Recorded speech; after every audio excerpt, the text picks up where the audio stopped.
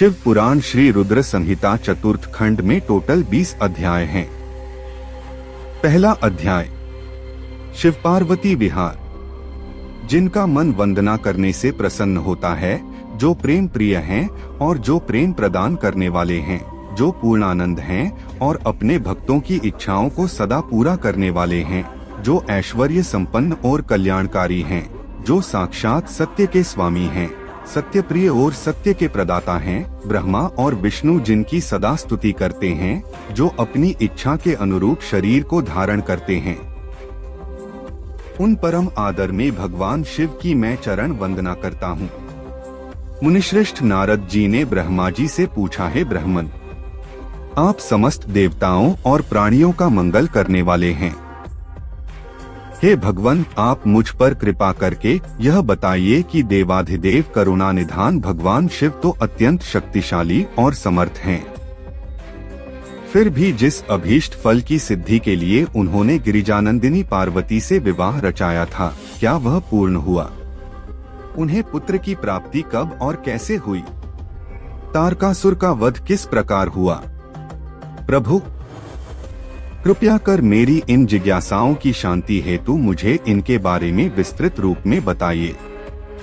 सूत जी कहते हैं कि जब नारद जी ने यह पूछा तब ब्रह्मा जी ने प्रसन्नता पूर्वक भगवान शिव का स्मरण करते हुए कहा, नारद, जब भगवान शिव देवी पार्वती के साथ कैलाश पर्वत पर पधारे तब वहां सबने मंगल उत्सव किया।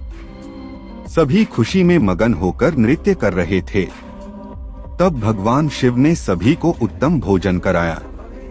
तब सब देवताओं और मुनिगणों ने उनसे विदा लेकर अपने अपने धाम की ओर प्रस्थान किया।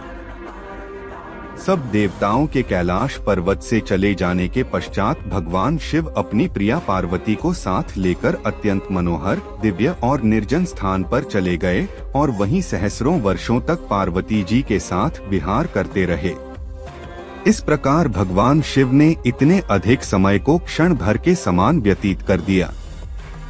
इस प्रकार समय तीव्र गति से व्यतीत होता जा रहा था, परंतु भगवान शिव का पुत्र अब तक उत्पन्न नहीं हुआ था। यह जानकर सभी देवताओं को मन ही मन चिंता सताने लगी।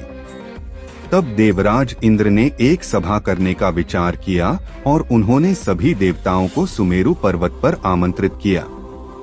उस सभा में सब देवता इस बात पर विचार करने लगे कि इतना समय व्यतीत हो जाने पर भी अब तक शिवजी ने पुत्र क्यों नहीं उत्पन्न किया। वे सोचने लगे कि शिवजी अब क्यों विलंब कर रहे हैं। उस समय मुझ ब्रह्मा को लेकर सब देवता भगवान श्रीहरि विष्णु के पास गए और कहने लगे कि हे हरे, भगवान शिव हजारों वर्षों से रति क्रीड़ा कर रहे हैं। उनका पार्वती जी के साथ विहार अब भी जारी है, परंतु अब तक किसी शुभ समाचार की प्राप्ति नहीं हुई है। तब भगवान श्रीहरि विष्णु मुस्कुराए और बोले, हे देवताओं, आप इस विषय में इतनी चिंता मत कीजिए। शिवजी स्वयं अपनी इच्छानुसार इस स्थिति से विरत हो जाएंगे। वैसे भी हमारे शास्त्रों में इस बात का उल्लेख है कि जो व्यक्ति स्त्री पुरुष का वियोग कराता है उसे हर जन्म में इस वियोग को स्वयं भी भोगना पड़ता है। अतः अभी कुछ भी नहीं करना चाहिए। कुछ समय और व्यतीत हो जाने दो। अभी हमें सिर्फ प्रतीक्षा करनी होगी। कुछ देर सोचने के पश्चात श्रीहरि ने पुनः कहा, 1000 वर्ष बीत जाने पर आप सब लोग शिवजी के पास जाना तथा कोई युक्ति लगाकर ऐसा उपाय करना कि उनका शक्तिपात किसी भी प्रकार से हो जाए। उसी शक्ति से हमें उनके पुत्र की प्राप्ति हो सकती है, परंतु इस समय आप सब देवता अपने अपने धाम को चले जाएं। भगवान शिव को अपनी पत्नी पार्वती के साथ आनंद पूर्वक विहार करने दें। सब देवताओं को समझाकर श्रीहरि बैकुंठ धाम को चले गए। श्रीहरि के चले जाने के उपरांत सब देवताओं ने अपनी चिंता त्याग दी और प्रसन्नता पूर्वक अपने अपने धाम चले गए। समय अपनी गति से बीतता गया, परंतु शिवजी का पुत्र नहीं हुआ। तारकासुर का भय और आतंक का साया दिन पर दिन और बढ़ने लगा। देवताओं सहित ऋषि मुनियों और साधारण मनुष्यों का जीवन उसने दूभर कर दिया था। तारकासुर के डर से पृथ्वी कांप उठी। तब श्री विष्णु जी ने सब देवताओं को बुलाया और भगवान शिव के पास चलने के लिए कहा। तब सब देवताओं को साथ लेकर भगवान श्रीहरि और मैं भगवान शिव से भेंट करने के लिए कैलाश पर्वत पर पहुँचे, परंतु भगवान शिव कैलाश पर्वत पर नहीं थे।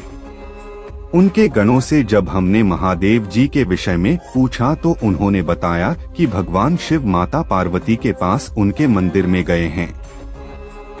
तब श्रीहरि ने शिवगणों से उनका पता पूछा। तत्पश्चात हम सब उस स्थान पर पहुँचे जहाँ त्रिलोकीनाथ भगवान शिव अपनी प्रिया के साथ निवास कर रहे थे। तब वहाँ उनके निवास के द्वार पर पहुंचकर सब देवताओं ने भगवान शिव का स्मरण कर उन्हें मन में प्रणाम कर उनकी स्तुति आरंभ कर दी।